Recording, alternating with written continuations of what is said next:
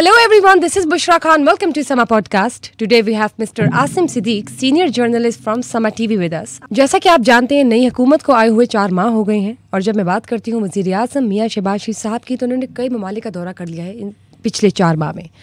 China के 5 रोज़ा दौरे पर वो इस वक्त मौजूद है चाइना में, लेकिन मैं जानना चाहूँगी कि वो चाइना को इतना लेट विजिट क्यों कर रहे हैं। जी आसिम साहब, अस्सलाम वालेकुम। वालेकुम सलाम बुशरा। वज़ीर आज़म पाकिस्तान जो है सबसे पहले तो सऊदी अरेबिया गए और उसके बाद बाकी गल्फ कंट्रीज़ के अंदर भी दौरे कर चुके हैं। राइट। चाइना क्यों लेट गए हैं, ये बड़ा अच्छा आपका सवाल है और बड़ा सस्पिशियस क्वेश्चन है। शायद हम लोग ये समझते थे कि सीपैक जो है गवर्नमेंट की फर्स्ट प्रायोरिटी में नहीं है।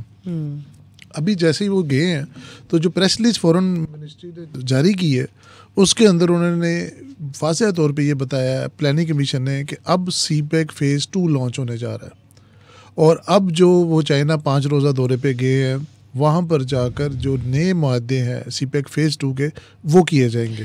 फ़ेज़ 2 का आपने नाम लिया, सीपैक फ़ेज़ 2। आप मुझे ये बताएं, सीपैक फ़ेज़ 2 पे तो हम पहुंच गए हैं, लेकिन सीपैक फ़ेज़ 1 का क्या बना? क्या वो एग्जीक्यूट हो गया properly? Bushra, CPEC phase 1 start हुआ था 2014 के अंदर, अब 10 साल होने को आ गए। उसके अंदर टोटल जो है 95 प्रोजेक्ट्स थे और ये $65 बिलियन का प्रोजेक्ट था ओवरऑल, उस वक्त जो एस्टिमेशन लगाई गई थी। इस $65 बिलियन के अंदर आपके एनर्जी और रोड से रिलेटेड जो इंफ्रास्ट्रक्चर से रिलेटेड है मनसूबे ज़्यादा थे। आउट ऑफ दोज प्रोजेक्ट्स जो एनर्जी से रिलेटेड थे टोटल 21 प्रोजेक्ट थे, जिनमें से 14 प्रोजेक्ट्स बन चुके हैं, अब तक एग्जीक्यूट हो चुके हैं। हाँ जी, और तकरीबन 8,500 मेगावाट जो है इन्हीं एनर्जी के जो प्रोजेक्ट्स थे उसके थ्रू आपके नेशनल ग्रिड में आ चुका है। तो ये बताएं, अब तक जो आपने 95 प्रोजेक्ट्स का नाम लिया उसमें से टोटल कितने प्रोजेक्ट्स जो हैं वो एग्जीक्यूट हो गए और बाकी जो है वो पेंडिंग है? जो हमारे एनर्जी से रिलेटेड 21 प्रोजेक्ट्स थे उसमें से 14 हो चुके हैं, बाकी अभी चल रहे हैं। इस 10 साल जर्नी के दौरान बहुत सारी प्रॉब्लम्स भी आई हैं। Terrorism was one of them. बहुत सारे चाइनीज़ हमारे जो गेस्ट थे, जो इंजीनियर्स थे, उनके ऊपर हमले हुए, जिसकी वजह से काम रुका, काम की स्पीड स्लो हो गई।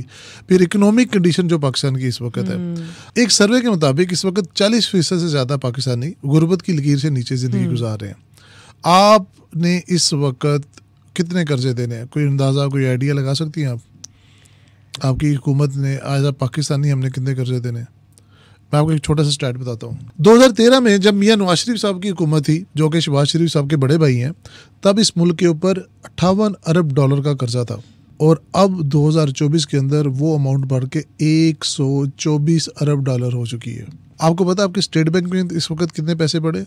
$9 अरब। हम लोग इस वक्त अपनी तारीख के सबसे बड़े इकोनॉमिक बहरान के अंदर है। इस क्राइसिस को रिजोल्व करने के लिए जो वज़ीर आज़म पाकिस्तान का दौरा है वो बहुत इंपॉर्टेंट है। जो फ़ेज़ 1 के अंदर चीज़ें हुई वो अभी भी चल रही हैं, थोड़ा स्लो चल रही हैं, वो मैंने आपको रीजंस बताए। लेकिन जो फ़ेज़ 2 है उसके अंदर जो ज़्यादा इंटरेस्ट होगा that will be building industry, that will be to increase and maximise people to people interactions. और जॉब अपॉर्चुनिटीज़ का भी बताएं। अच्छा, जॉब अपॉर्चुनिटीज़, जब ये प्रोजेक्ट लॉन्च हुआ था तो कहा गया था कि 2 मिलियन के करीब जॉब्स होंगी और पिछले 10 साल में तकरीबन एक सर्वे के मुताबिक कोई 2.5 लाख के करीब जो है जॉब्स मिली हैं। 2.5 lakh as compare to 20 lakh कुछ भी नहीं है, but again something is better than nothing. और इस वक्त जो हमारे इकोनॉमिक क्राइसिस हैं उसके अंदर हमारा जो ब्रदर मुल्क है China, they have been saving us. और किस तरह से हमारे जितने भी कर्जे देने, हमने तकरीबन 30 अरब के करीब चाइना के कर्जे देने, तो हर साल जो भी हमारी किस्त होती है वो उसको अगले साल के ऊपर डिले कर देते हैं ताकि हमें एक ब्रीदिंग स्पेस मिल जाए, मोहलत मिल जाए। जी बिल्कुल। मुझे ये बताएं, आपने बात की फ़ेज़ 2 की और जिसका कि आप बात कर रहे हैं कि 40% जो है हमारी आवाम is living at the moment below the poverty line. तो सर, आपको लगता है कि ये जो फ़ेज़ 2 है अगर एग्जीक्यूट हो जाता है, इनका 5 रोज़ा दौरा अगर सक्सेसफुल हो जाता है, तो क्या ये मौके फ्राहम होंगे पाकिस्तानियों को? जॉब अपॉर्चुनिटीज़ निकल आएंगी या कोई मज़ीद बहाली की तरफ हम जाएंगे? पाकिस्तान का मुस्तकबिल कुछ लगेगा आपको? बुशरा, आप और हम लोग जब भी पढ़ते रहे पाकिस्तान के बारे में तो हम सुनते रहे कि जी पाकिस्तान एक ज़री मुल्क है और ज़रात जो है हमारी मेन जो है आइटम है जिसको हम एक्सपोर्ट करके तो रेवेन्यू लेते हैं। अनफॉर्चुनेटली लास्ट डेकेड के अंदर ज़रात के ऊपर इतना फोकस नहीं रखा गया। राइट। इस वक्त अगर कोई चीज़ पाकिस्तान को फौरी तौर के ऊपर इमीडिएट रिलीफ दे सकती है तो दैट इज़ एग्रीकल्चर। अब आप पूछेंगी वो कैसे? एक इंडस्ट्री लगाने के बाद, एक फैक्ट्री लगाने के बाद आपको जो रिजल्ट्स आते होते हैं, जो उसकी आउटपुट स्टार्ट होती है, उसमें 5 से 10 साल का टाइम चाहिए होता है। एग्रीकल्चर लैंड के ऊपर जब भी आपकी क्रॉप लगाते हैं तो within a year you are able to get the results. Yes. So अभी हमारे पास लैंड भी है, अच्छा लैंड भी है, और अब जो नया प्रोजेक्ट स्टार्ट किया गवर्नमेंट ने कॉर्पोरेट फार्मिंग, जो कि थर के इलाके में और जो हमारे वैसे रीजन्स जहाँ पर इतनी अच्छी कास्ट नहीं थी, चाइनीज़ की मदद के साथ वहाँ पर अभी काम शुरू हो गया।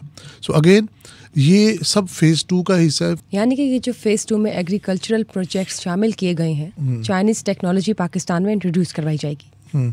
और इसमें जो सबसे बड़ा प्रॉब्लम था वो था सीड का, वो था फर्टिलाइजर का, वो था टेक्नोलॉजी का। So the Chinese are now giving their 100% into it. इसमें हमारे जो गवर्नमेंट के अदारे हैं बड़ी सीरियसनेस के साथ काम कर रहे हैं। सो इसके आपको इमीडिएट जो है रिजल्ट्स भी मिलेंगे। कोई डेडलाइन है, कोई टाइम लिमिट है कि इतने माह में एग्जीक्यूट कर जाना हमने इस प्रोजेक्ट को? जी बिल्कुल है, और प्रोजेक्ट स्टार्ट हो चुका हुआ है। जो फर्स्ट क्रॉप है दैट इज़ एक्सपेक्टेड कि अगले साल जो है गद्दम वहाँ से हम लेंगे, उस प्रोजेक्ट से लेंगे। मैं सिर्फ ये एक प्रोजेक्ट नहीं है, इसके अलावा जो फेज़ 1 था उसके अंदर रोड्स के ऊपर बहुत ज़्यादा फोकस किया गया था, उसके ऊपर आपके डैम्स के ऊपर बहुत ज़्यादा फोकस था, क्योंकि आपको पता होगा कि लोड शेडिंग होती थी 6-6 घंटे, 4-4 घंटे, और अगर आप आज के दिन देखें तो लोड शेडिंग बहुत कम हो गई है। ऑल्दो के बिल अभी भी उतने ज़्यादा आते हैं, लेकिन आपके पास जो कंज्यूमर के पास जो इलेक्ट्रिसिटी की सप्लाई है वो बहुत बेहतर हो गई है। फेज़ 2 के अंदर एयरपोर्ट्स और आपकी जो मेन पोर्ट है ग्वादर, उसके ऊपर काम होगा। देखिए ये बहुत मैसिव प्रोजेक्ट्स होते हैं। गवादर पोर्ट की आपने बात की, ये बताएं कि फ़िलहाल गवादर पोर्ट की क्या अपडेट्स हैं, क्या चल रहा है? जी देखिए, पोर्ट बन जाना itself is not a success. उस पोर्ट को लिंक करना दूसरे मुल्क के साथ रोड्स के थ्रू, रेलवे के थ्रू, एयरपोर्ट के through, that is the main thing. So जो पहला फेज़ था उसके ऊपर ग्वादर सिटी के ऊपर काम किया गया, ग्वादर की जो लिंकिंग रोड्स थी उनको बेहतर किया गया। अभी भी वहाँ पर जो सिक्योरिटी के इश्यूज़ हैं उनको रिजॉल्व किया जा रहा है। बट अब जो फेज़ 2 होगा, जो उम्मीद है कि ये 5 रोज़ा दौरे के एंड के ऊपर जो स्टेटमेंट आएगी उसके अंदर उसको फॉर्मली बता दिया भी जाएगा। उस फेज़ 2 के अंदर Gwadar will be the main game changer, जो पहले भी कहा जाता था, लेकिन अब उसके ऊपर जो रियल रैपिड एक्शन के अलावा अब आपको प्रैक्टिकली काम नजर आएगा। अब आपको जहाज वहाँ पे लंगर अंदाज होते हुए नजर आएंगे, वहाँ से इंपोर्ट होती भी नजर आएगी और वहाँ से एक्सपोर्ट होती भी नजर आएगी, क्योंकि इंफ्रास्ट्रक्चर जो है बन गया है, वो मुल्क के साथ लिंक हो गया है। अब वहाँ पे एयरपोर्ट का भी स्टार्ट हो चुका हुआ है। सो ये सारी चीज़ें फेज़ 2 के अंदर आपको रैपअप होती नजर आएंगी। ठीक है सर, मेरा सवाल ये है कि फेज़ 2 तक तो हम चले गए हैं, लेकिन फेज़ 1 जो है वो प्रॉपरली एग्जीक्यूट नहीं हुआ, तो आपको नहीं लगता कि फेज़ 1 जो है वो पहले 100% एग्जीक्यूट हो जाए तो फिर हमें फेज़ 2 की तरफ जाना चाहिए? बुशरा, ये जो प्रोजेक्ट्स हैं जो फेज़ 1 के हैं ये थोड़े स्लो है, क्योंकि पाकिस्तान के अंदर इतने बड़े पैमाने के ऊपर काम शुरू हुआ था। उसके लिए आपके पास जो रेवेन्यू था, आपकी जो इंडस्ट्री थी, आपके पास जो रॉ मटेरियल था, वो भी उस तरह से मैसर नहीं था। कुछ डैम्स के प्रोजेक्ट्स हैं जो कि 10 साल के प्रोजेक्ट्स होते हैं, कुछ छोटे प्रोजेक्ट्स थे जो कि जल्दी हो भी गए कंप्लीट। मैंने बताया कि 8,500 मेगावाट आपके सिस्टम में आ चुका है। जो बड़े प्रोजेक्ट्स हैं उनके ऊपर टाइम लगेगा।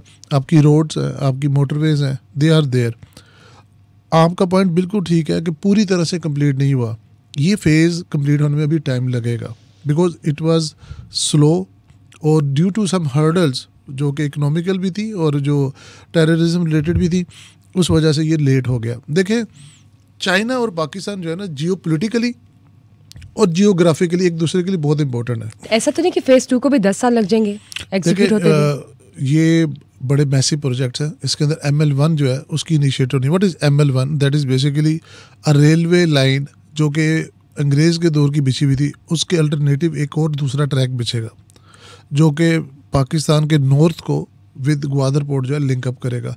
ये बहुत मैसिव प्रोजेक्ट है, इसके ऊपर टाइम लगता है। सो अगेन, लेकिन it will change the world dynamically. Oh yes it will. अभी जो हमारे लोगों को सबसे बड़ी तशवीश थी कि शायद CPEC पीछे रह गया है, CPEC को गवर्नमेंट की प्रायोरिटी नहीं है, और CPEC के ऊपर जिस तरह से पुरानी गवर्नमेंट्स ने स्टार्ट लिया था उस तरह से फॉलोअप नहीं लिया जा रहा, वो दूर हो गई है। देखिए, मैं आम आवाम को भी ये बताना चाहूँगा, जब भी आपके मुल्क के अंदर कोई इन्वेस्टमेंट करने आता है तो वहाँ पर आपको फिजिबल सिचुएशन चाहिए होती है, वहाँ पर अमन व अमान हो, वहाँ के आपकी जो रॉ मटेरियल्स हैं, वहाँ की जो पॉलिसीज़ हैं वो फ्रेंडली होने चाहिए। ये पिछले 10 साल के अंदर ये चीज़ें बन गई हैं। अब देयर आर SOPs। जो फेज़ 2 के अंदर प्रोजेक्ट्स लॉन्च होंगे, those will be done more quickly in a more efficient way, और हमें उम्मीद है कि उसके रिजल्ट्स भी ज़्यादा इमीडिएट और ज़्यादा क्लियर होंगे। मैं बुशरा सिर्फ आखिरी बात करूँगा, और उसमें मैं सिर्फ लोगों को ये बताना चाहूँगा कि इस वक्त चाइना और सऊदी अरेबिया के अलावा पाकिस्तान में कोई भी इन्वेस्ट करने को तैयार नहीं है। हमें सोचना चाहिए कि हमने ऐसी क्या गलतियाँ की हैं कि nobody is willing to invest in our country, और आपके हमसाया मुल्क में जाके लोग इन्वेस्टमेंट कर रहे हैं। कभी भी एक हुकूमत की पॉलिसी दूसरी हुकूमत को आगे चेंज नहीं करनी चाहिए, स्पेशली द इन्वेस्टमेंट पॉलिसीज़। हमारे यहाँ हमेशा से इंस्टेबिलिटी रही है और किसी भी इंस्टेबल एनवायरनमेंट के अंदर ग्रोथ नहीं होती। सो उम्मीद है कि ये वाली गवर्नमेंट एक अच्छा स्टेप उठाएगी, जो प्रीवियस गवर्नमेंट्स के प्रोजेक्ट्स हैं उनको उसी पेस के साथ लेके जाएगी, और इनके बाद जो आने वाली अगली हुकूमत है और उनसे अगली हुकूमत है उसको कंटिन्यू करेगी। Thank you, sir, for casting light on today's important CPAC issues. Well, thank you for watching us, and I just really hope you guys would have gotten something fruitful out of this session. Stay tuned for more updates. Bye-bye.